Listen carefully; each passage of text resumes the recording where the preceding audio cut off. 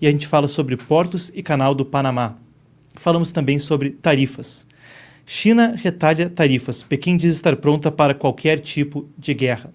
E é isso mesmo. Houve uma publicação da própria embaixada chinesa, nós temos aqui ao meu lado, no qual ela disse, a embaixada chinesa nos Estados Unidos: se os Estados Unidos realmente querem resolver a questão do fentanil, então a coisa certa a se fazer é consultar com a China e tratando um ao outro como iguais. Se a guerra que os Estados Unidos querem seja uma guerra com tarifas, uma guerra comercial ou qualquer outro tipo de guerra, estamos prontos para lutar até o final. Palavras muito inflamatórias, então, que vêm da Embaixada da China nos Estados Unidos. Eles publicaram isso enquanto republicavam uma questão que vinha, então, uma outra publicação que vinha do Ministério das Relações Exteriores da China, discorrendo sobre como os chineses estariam, na perspectiva do Partido Comunista, sendo punidos por tentar cooperar.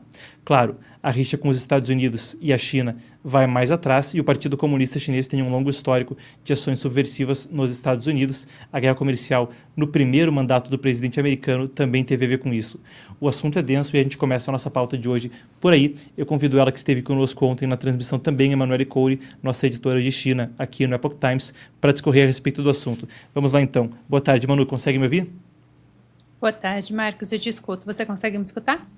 Te escuto bem. Bom, acho que você já estava aqui no backstage quando eu falava a respeito, então, dessa publicação da Embaixada da China nos Estados Unidos.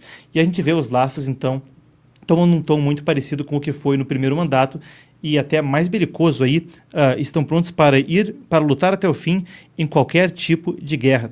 Traz para a gente, então, como é que é essa história da retaliação da China quanto às tarifas e lembrando ao público, houve anúncios de mais 10%, em cima dos 10% anteriormente anunciados de tarifas sobre a China, totalizando, então, 20% de tarifas novas anunciadas, e a China retalhou impondo 10% a 15% de tarifas em produtos agrícolas americanos. Por favor, Manu. Perfeito, Marcos. Bom, acho que existem dois pontos centrais aqui, se a gente for considerar essa divulgação do post do consulado chinês ali nos Estados Unidos. A primeira dela realmente é a situação das tarifas, com Donald Trump agora colocando mais 10% em cima da China. A China já retaliou, anunciou que eles vão colocar de 10% a 15% de tarifas em cima da importação de produtos agrícolas dos Estados Unidos. Da primeira vez que Donald Trump tinha dito que ele iria impor os 10% de tarifa, ele também comentou, a China também retaliou logo em seguida, dizendo que imporia 10% de tarifas.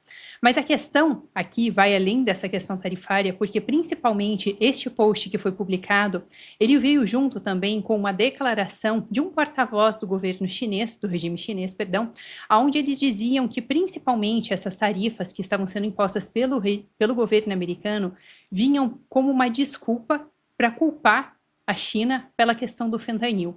Então, o que eles diziam basicamente era que os Estados Unidos estavam inventando desculpas para tentar impor tarifas na China. Só que o ponto principal ali, então, que o regime chinês fez foi realmente culpar os Estados Unidos pela crise de fentanil que está acontecendo ali, enquanto Donald Trump tem colocado essas tarifas em cima do regime chinês por conta do fentanil. Então, a gente aí também vem outro desdobramento sobre a questão das tensões que têm aumentado entre os dois países em volta da questão mesmo do fentanil. Além dessa questão de tarifas, as coisas também têm intensificado por esse lado. Manu, essa questão do fentanil é importantíssima, a gente já havia feito a cobertura disso anteriormente.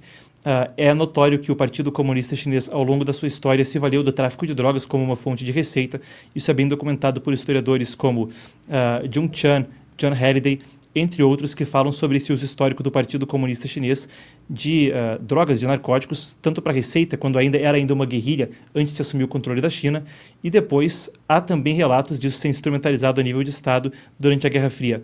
Agora, o fentanil é um tópico de discussão intenso, porque acusa-se, poderia ser uma arma de guerra assimétrica da China, que o Partido Comunista Chinês estaria fazendo vista grossa para os precursores de fentanil, então que vão ao México, vão ao Canadá e acabam sendo, então, sintetizados na droga por cartéis e enviados dos Estados Unidos adentro.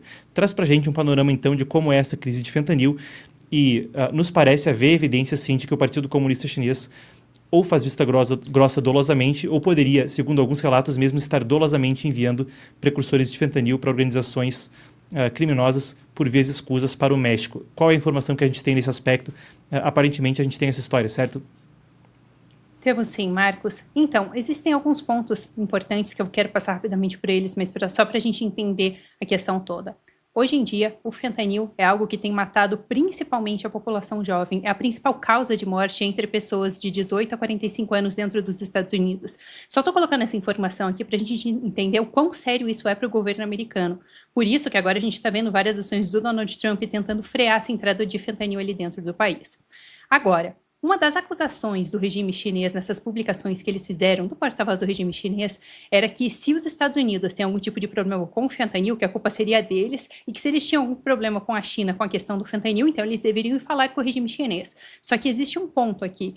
Ali no finalzinho de 2023, na verdade, Joe Biden, quando estava sob seu mandato, ele já tentou fazer vários acordos com o regime chinês, inclusive uma vez que Xi Jinping chegou aí para os Estados Unidos, eles tiveram uma reunião, eles fecharam um acordo para tentar controlar todo o fentanil que estava vindo da China, principalmente a gente tem vindo da China os precursores, que são os químicos utilizados para a produção do fentanil. Muitos deles acabam sendo enviados diretamente para os Estados Unidos, muitos deles acabam indo para o México, daí eles fazem a produção realmente da pílula de fentanil e as quadrilhas ali mexicanas as guerrilhas mexicanas acabam exportando para os Estados Unidos. Só que na época eles fecharam um acordo, a China concordou, então eles iam tentar reduzir essa exportação dos precursores de fentanil para o México e para os Estados Unidos.